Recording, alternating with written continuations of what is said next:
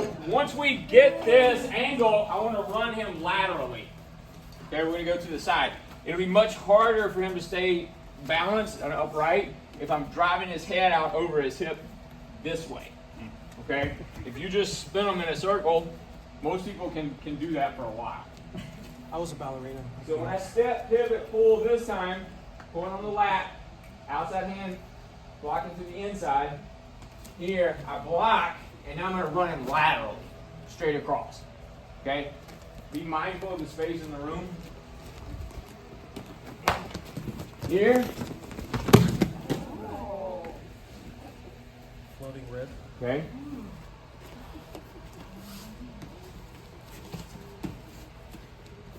Step, pivot, pull, block. Now, I'm going straight across. Okay? I'm still pulling on the lat. I'm driving his head out over this hip and leg. Okay? Questions? So without Joe, I'm going here and then laterally this way. They should not be able to keep up with you. If you've got them doing this and you're doing this, they should not be able to keep up with you. If they don't fall, they don't fall. Okay? But if he's not falling, it's because he's working really hard to not fall. And then we should transition to something else. Okay? And depending on context, maybe I run him into a wall or a car or something like that. Joe does this to me. And just finish all the way. All the way to left? Yeah. I want to start looking to get something between Joe and I as early as possible. Okay? Now, what's happening as we're drilling is a lot of us you're ending up in this weird kind of in-between space. And I know you've probably heard me say this before. Make space, take space, but don't fuck with space. Yep. Okay? When you're in this weird kind of in-between area, this is where you get fucked up. So Joe should be on me like a blanket, or he should be over there with Newton. Okay? Like, that in-between is where I have better options. So when Joe hits that takedown, he should be smothering me, knee on belly, side control, post my head, post on my shoulder, my hip, something. Or disengaging, maybe kicking and leaving, okay? But if we look at it from the bottom person's perspective, no matter which of those things he does, I want to get something between Joe and I as quickly as I can. Usually it's going to be my legs and some kind of frames with my hands, forearms, whatever, okay? So we're going to stay with the takedown, but we're going to kind of emphasize the bottom person now, okay? So the top person, I would rather you kind of stay with them to where bottom person is forced to start getting in wedges and frames and putting something between you and them. So you're not able to just secure an easy knee on belly or side control or whatever. All right, so if Joe hits the takedown here, and he's coming with me, I want to start looking to get something between us to where he's not smothering me.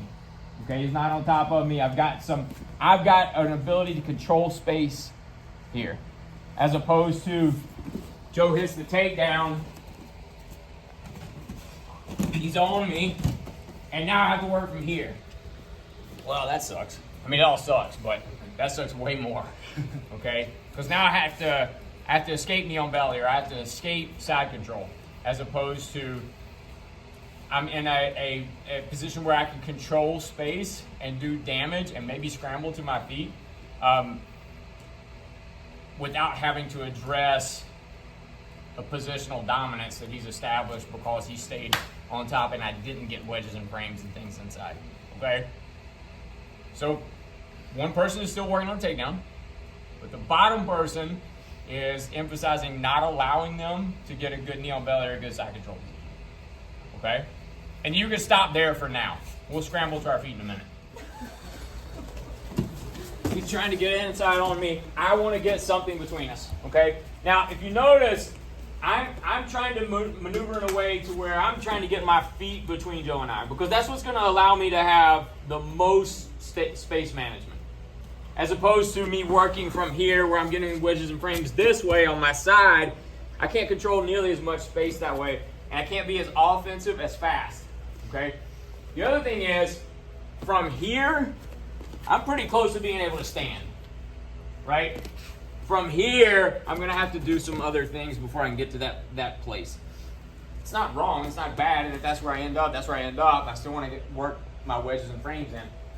However, if I can put my legs in between Joe and I, that's gonna be a better place for me to work from. And it's gonna give him less immediate offensive options, okay? So, we kind of finished here where I've got my feet on Joe's hips, right? If I'm able to establish this, so what I want to think about from a self-defense standpoint is, Joe's probably going to look to punch me in my face, right? Now, he might look to pass my guard or whatever, but usually it'll lead with punching me in my face because that's going to make it easier for him to pass my guard. So I want to become as punch-proof as I can from here, okay? And I put that in quotation marks because there's no such thing as like completely punch-proof. All right, so if I've got my feet in his hips here, if I can, I'm going to take my shins and go to Joe's biceps this way. I'm going to control his hands as much as I can. And I'm intentionally saying hands, not wrists. I would like to have my index finger and middle finger, or index finger and or index and thumb, or middle and thumb on the wrist, so I have more hand, as opposed to pinky and thumb where I have more wrist. This gives me better control and makes it harder for him to immediately escape. Now look, if I get here and Joe's trying to pull away from me, that's great. Let him go. That's what I want. I want him to give me enough space where I can get back to my feet. Okay? So we're almost creating that, almost engendering that by getting that inside bicep position with my shins and controlling the wrists. And making it to where he wants to pull his hands away from me. Okay? Now that may lead to me kicking him in the chest, kicking him in the face, and scrambling to my feet. It may lead to him standing up and we working from there. Okay? So when you hit your takedown now, as the bottom person, start looking to get to some semblance of my legs between us. Okay? If I can get feet on the hips, that's what I'm going to get. Now I've got one inside and one outside. That's fine. Okay? That's what I've got. Almost for sure he'll want to pull this away because he can't do anything with it. All right? So this is the position we're going to stay at for now. This kind of shin spider guard position. Okay? This is what I want you to work towards. It might be there, it might not be. Okay? But for the sake of what we're drilling right now, try to get there. If it's not there, don't force it, but try to get there. Top person. Give them good pressure on the takedown. Okay? If you're fucking with space, it won't be there. And as the bottom person, you should probably just kick them in the face and stand up. Okay? That'll remind them to not fuck with space. Cool? Let's just start here because pretty much everybody's getting here now. So at this point, Joe has kind of decisions to make. This is a bit of a stalling place for me. It's me controlling the space, controlling his posture, controlling his hands. When it comes to self-defense, I'm mostly concerned about where his hands are and what they're doing. He's going to stab me, shoot me, hit me with a brick, choke me, whatever. It's going to be with his hands. Okay, so if I can monitor the hands, that's what I want to do. The more uncomfortable I can make it for Joe, the more likely he is to make a mistake, the more likely he is to give me the space that I need to do whatever else I'm going to do next. Okay, so when I'm putting my shins inside the elbows and biceps, I want to make sure that I'm pushing my knees out and pushing my shins forward. One, because it makes it more uncomfortable for him, but two, because it makes it harder for him to collapse my knees to the inside and then pass.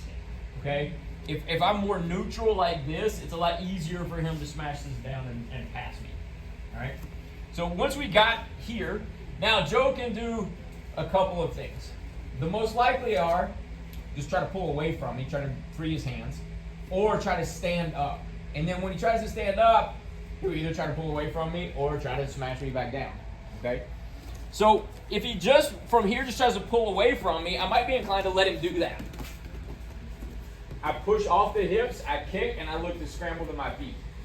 How I'm feeling in that moment will dictate whether I'm going to scramble to my feet or not. If I took damage on the way down, I'm a little dizzy, disoriented, or whatever, I might not just try to jump up to my feet because I'm dizzy. I might fall back down. Okay, so I'm trading one danger for another. I heard in the jiu-jitsu class, Matt's talking about patience. It's hard to be patient here, but I might need to be. Okay? I might need to assess how I'm feeling right now. Am I okay to stand? Am I okay to scramble? I'm pushing, pulling, moving Joe around. He goes to stand up, or he goes to move away from me. I feel okay. All right, I'll stand up. Okay? If, from here, Joe just stands up because he wants to stay here and still try to do damage, this is where we're going to hit our double ankle sweep. Okay? So I'm keeping my feet on the hips here. Joe still wants his hands back, right? So where's his energy going? Up and away, like this. So as I feel that energy happening, I'm going to release the hands and go to the feet. Okay? I'm doing this.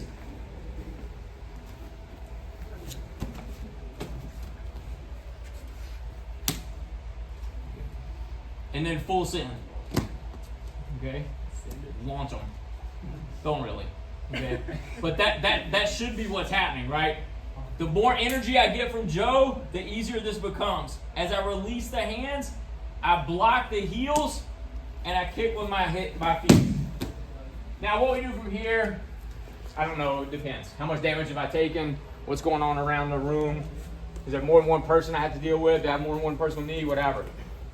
I want to at least monitor his legs as I'm doing whatever is coming next. If it's just standing, then I'm passing a leg to one side and I'm looking to stand to the other side.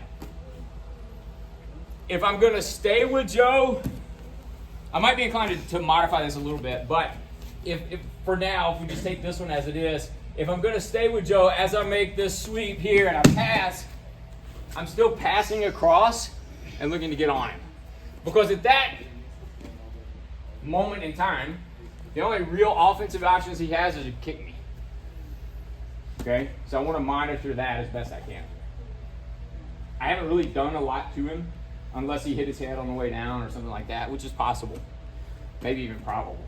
But I don't want to count on that. Okay? So if I am looking to stand, which is what we'll focus on right now, technical get up, I'm doing this. I send Joe's leg one way, I stand up the other. And for now, just look to make more space. Okay? So one more time. We're here. I'm going to release the hands. I'm going to hit the sweep. I'm going to pass Joe's legs one side. I get up to the other. Questions? I would like for you to start with your partner on the floor. They stand up, hit your sweep. So you feel the energy as it progresses. Okay? For some reason, we'll move. How about that? I mean, yeah. Why not? I move me all day long. It's way easier to move me than it is somebody else. Move. Now that said, at some point, if it becomes where Joe has staggered his feet, well, there's only so much movement I'm going to be able to do to get to that, right? And at some point, it doesn't make sense for me to try to chase that with my hands anymore. Right? So, most of us are hitting the sweep, no problem. I will say and I'm not going to do this to Joe again, but if Joe is giving me a lot of forward pressure here, that's a bad mistake. So as a top person, be careful with that, right? If Joe starts giving me a lot of forward pressure, he gives me all of his weight. He's going to go where I want him to go now. And it's not hard. Like, we can do this all day. Because it's not based on strength now. It's just purely just structure. And as soon as I feel his weight coming more forward to me this way, I load him, and now I'm going to send him wherever I want to send him.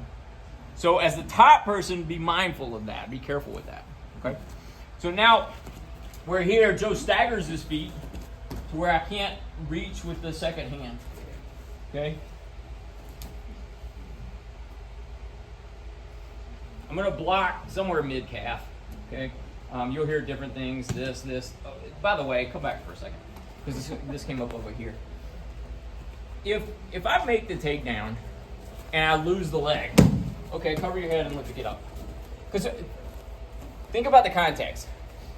If we go out to the parking lot and we do this same sweep in the parking lot, even with Joe knowing what we're going to do. You think Joe's going to be more interested in protecting himself in the fall or kicking me in the face? Protecting himself in the fall. And that's with him knowing what I'm about to do. Okay? So when he's giving me real energy pulling away from me, and I full send this, and I lose his leg, okay. I'm still going to look to get up. I'm not going to chase the feet. Because almost for sure he's more worried about not cracking his skull than he is kicking me in the face in that moment in time. Okay? So if I lose the leg, I cover my head, I look to get up. Okay? Same position, Joe staggers his feet. Here. Block. Okay?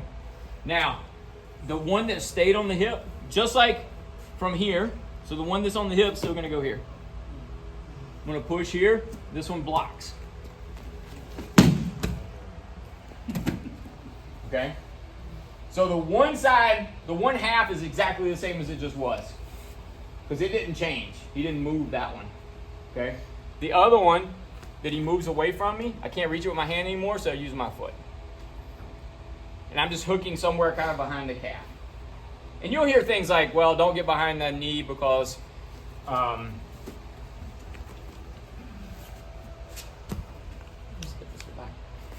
don't block behind the knee because he might drop down to his knee and trap my foot. And in jiu-jitsu, I think that's probably valid. In a self-defense context, I don't think so much. He just worked really hard to get up.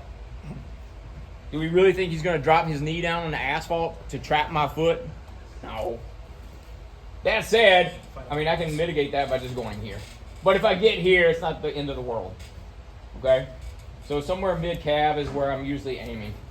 And then that way, if I'm off a few inches one way or the other, I'm still pretty okay.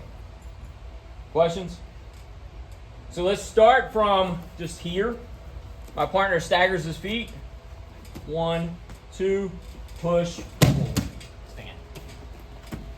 Okay? Going managing space from a vertical grappling standpoint, the less likely I am to end up in a horizontal grappling standpoint. And if I do, it should be on my terms, right? So the better my clinch game is, the better my ground game should be, because I'm dictating the terms, more or less. Something goes sideways, I end up going to the ground. I want to think in terms of I'm immediately not settling in whatever position I landed in. I want to get frames and wedges in between Joe and I as early as possible. And the more space that I can manage, usually the better that is, okay? There are times where I want to hold him in tight, okay, because I love Joe. But most of the time, I want to put, bigger frames. Yeah, not you so much. Those don't come around often, Joe. Hang on to that. Bigger frames in most of the time, okay? Especially if he's still standing and I'm on the ground, right? Because it's going to be very difficult for me to take that space away. So I want to manage as much as I can. And keep the context in mind. Is he trying to pass my guard so he can get side control and finish with an Americana, or is he trying to punch me in my face and bounce my head off of asphalt? Because those are very different things, okay? And I need to treat them accordingly. And I can use the same or very similar moves and movements,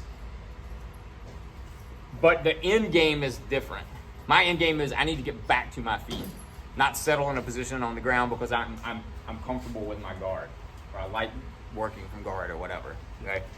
No matter how good your guard game is, if you're on bottom in a parking lot between two cars, you're losing. Okay?